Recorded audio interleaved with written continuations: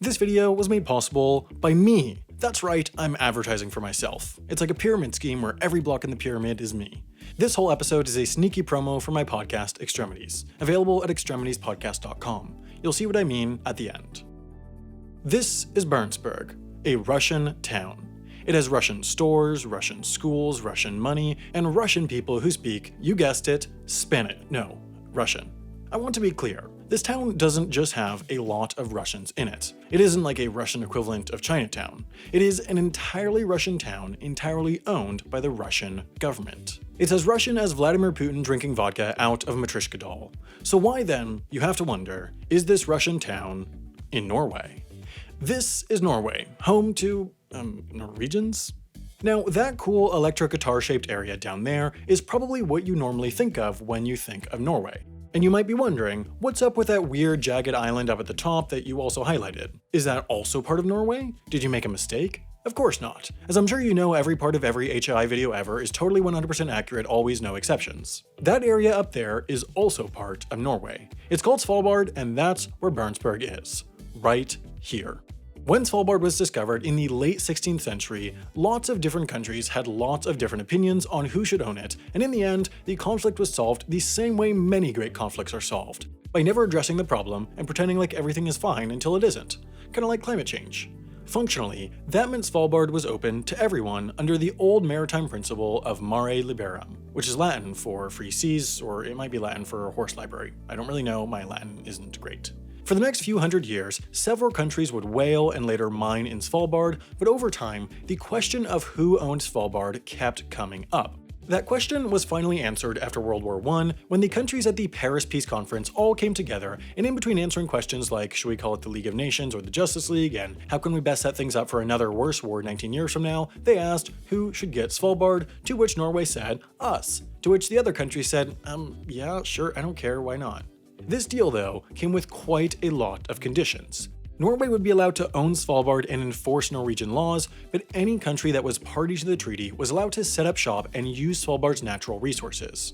Also, any citizen of any country party to the treaty had to be allowed to come to Svalbard anytime they wanted and stay as long as they wanted, no visa required. Later, Norway expanded this privilege to everyone, even if they weren't from a country that signed the treaty, making Svalbard the only place in the world, apart from MasterCard's HQ, that's completely visa-free. Which brings us to how a Russian town ended up in Svalbard, a Norwegian island. Well, technically archipelago. See, Russians had been in Svalbard as long as anyone, starting sometime between 1425 and the later 1600s. I know that's a long gap, but hey, archaeology is hard, okay? Anyway, starting somewhere in that time, a group of Russian hunter-trappers called the Pomoroi had been traversing between northern Russia and Svalbard to do what hunter-trappers do best. Play Pictionary. No, sorry, I misread that. They hunted and trapped. Those were the first Russians on Svalbard, but they certainly weren't the last. In the 1930s, the Soviet Union decided to take advantage of that anyone can use our resources clause of the Svalbard Treaty, and they bought a mining town called Barentsburg from the Dutch, which is of course the town you'll remember from the beginning of the video. You're paying attention, right? Of course you are. When has anyone ever not paid close attention to a YouTube video? Because they were party to the Svalbard Treaty, the Soviet Union was allowed to have a mining settlement in Svalbard, and because Svalbard was visa-free, their Russian citizens could live on Svalbard as long as they wanted, which is how we got a fully fledged Russian town right smack in the middle of Norwegian territory. The Soviet Union knew that because Svalbard was visa-free, anyone might come and see their town, and so they purposely engineered it to be an example of communism's supposed success. It had a massive cultural center with an enormous heated pool, a museum, and, to make it fun for the kids, a massive imposing bust of Vladimir Putin. At its peak, over 1,500 people lived in Barentsburg. But as the people at MoviePass can tell you, success doesn't always last. Most of the funding for Barentsburg had to come from the Soviet mainland, because despite the fact that Russians had been doing it for over 90 years, mining in Barentsburg had never once been profitable.